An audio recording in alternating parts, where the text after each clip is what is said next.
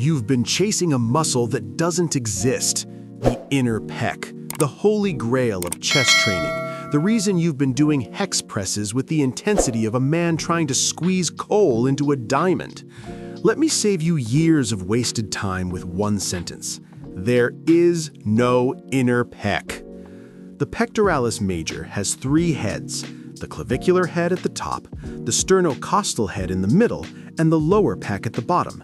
That's it. No inner, no outer, no secret fiber waiting to be unlocked by the perfect squeeze angle. What there is, however, is a long list of exercises that have absolutely no business being in your program. Today, we audit 5 of them. Before we hand out the failing grades, you need to understand what actually makes an exercise worth doing. Pillar 1, stability.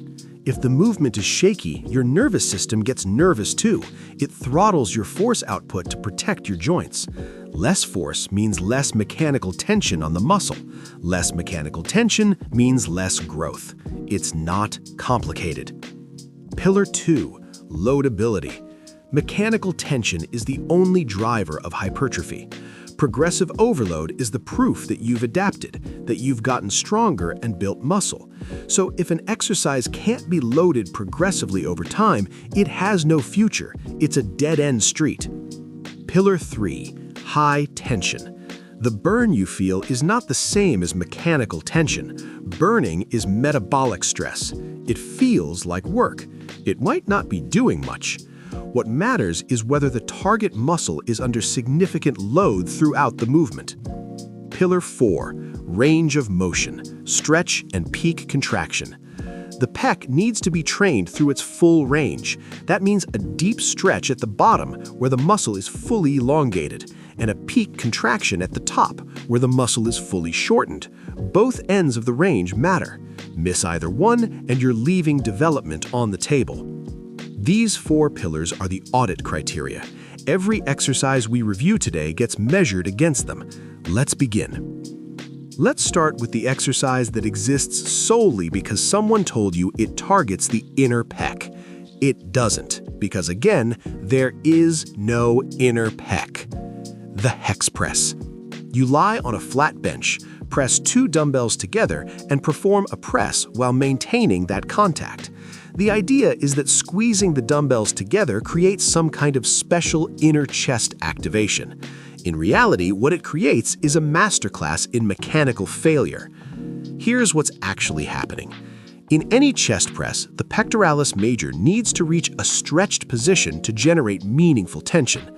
That stretch requires the humerus, your upper arm bone, to travel into full horizontal abduction and external rotation at the bottom of the movement. The hex press makes this physically impossible. Because you're holding the dumbbells pressed together the entire time, the narrow, locked position prevents your arms from traveling through that range.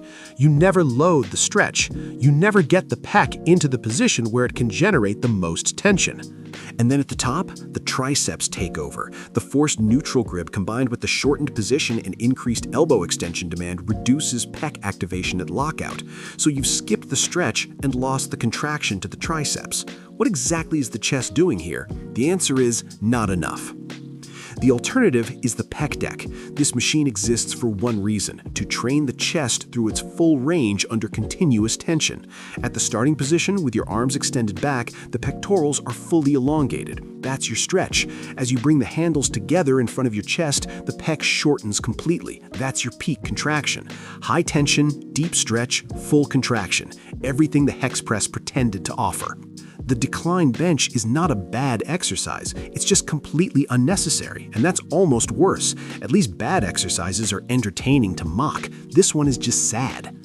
The pitch is simple. The decline angle targets the lower chest, the sternocostal head, the lower pec fibers. And that's true, it does recruit those fibers. The problem is that the flat bench press already does this. The sternocostal and lower fibers of the pectoralis major are heavily recruited during flat pressing because the horizontal pressing path and the mechanics of shoulder reduction align directly with those fiber orientations. The flat bench is already doing the job.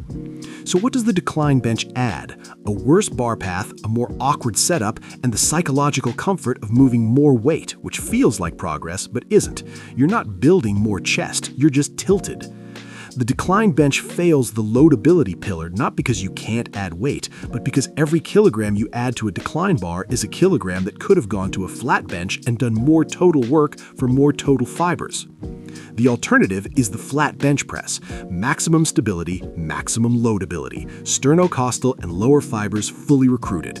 If you want to get stronger and build a complete chest, this is your primary pressing movement. The decline bench is a sequel nobody asked for. Push-ups are not a bad exercise. They are a beginner exercise, and there is a point, a very specific point, where they stop building muscle and start wasting your time. That point is around 30 reps. Hypertrophy occurs in the 5 to 30 rep range provided the sets are taken close to failure, 0 to 2 reps in reserve. If you're doing 8 to 10 hard push-ups and you're genuinely close to failure, you're getting a training stimulus. But once you can do 30 or more reps with ease, you've crossed out of hypertrophy territory. Past 30 reps, you're accumulating fatigue at a rate that outpaces the growth stimulus. More reps, more systemic fatigue, less muscle. That's a bad trade. And here's the real problem. You can't fix this easily. You can't just add weight to a push-up the way you'd add a plate to a bar. You can load a vest, elevate your feet, or do increasingly awkward variations, but the progressive overload pathway is complicated and limited. Since progressive overload is your signal that you've adapted and built muscle, removing that feedback mechanism removes your ability to track whether you're actually progressing. Worth noting, the 5 to 9 rep range is particularly efficient. It produces the same hypertrophic stimulus as 30 rep sets, but with significantly less fatigue. If you're going to push up against failure, fewer reps at higher load is a smarter use of your recovery budget. The alternative is the machine chest press. You're seated, the arm path is fixed, the stability question is answered before you even sit down, which means your entire focus goes toward training hard instead of managing balance. And when you're ready to add load, you move the pin. Simple, clean, and infinitely scalable. Someone at some point decided that doing a dumbbell press with one arm was more advanced than doing it with two. They were wrong. It's not more advanced, it's just harder to stabilize, and that's a problem, not a feature. Here's what happens when you press with one arm.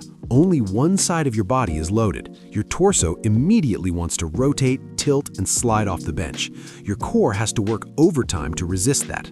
Your shoulder takes on a secondary stabilization demand it wasn't designed to carry during a chest movement. You've turned a chest exercise into a core exercise with a chest movement stapled to it. And here's the irony. The standard dumbbell press already trains each arm independently. Both arms move through their own range of motion. Both sides are accountable. Any imbalance between left and right is already being addressed. The single-arm version adds no benefit on that front. It only removes stability, which reduces force output, which reduces mechanical tension on the pec, which reduces growth. Less stability equals less force equals less tension equals less muscle. The math is not in your favor. The alternative is the standard dumbbell press. Both arms, full output, all tension going to the chest where it belongs. We've arrived, the worst chest exercise in existence, the standing plate press, also known as the Svend press, where you hold a plate in front of your chest, press it outward, and somehow convince yourself the burning in your hands means your pecs are growing. Let's talk about gravity.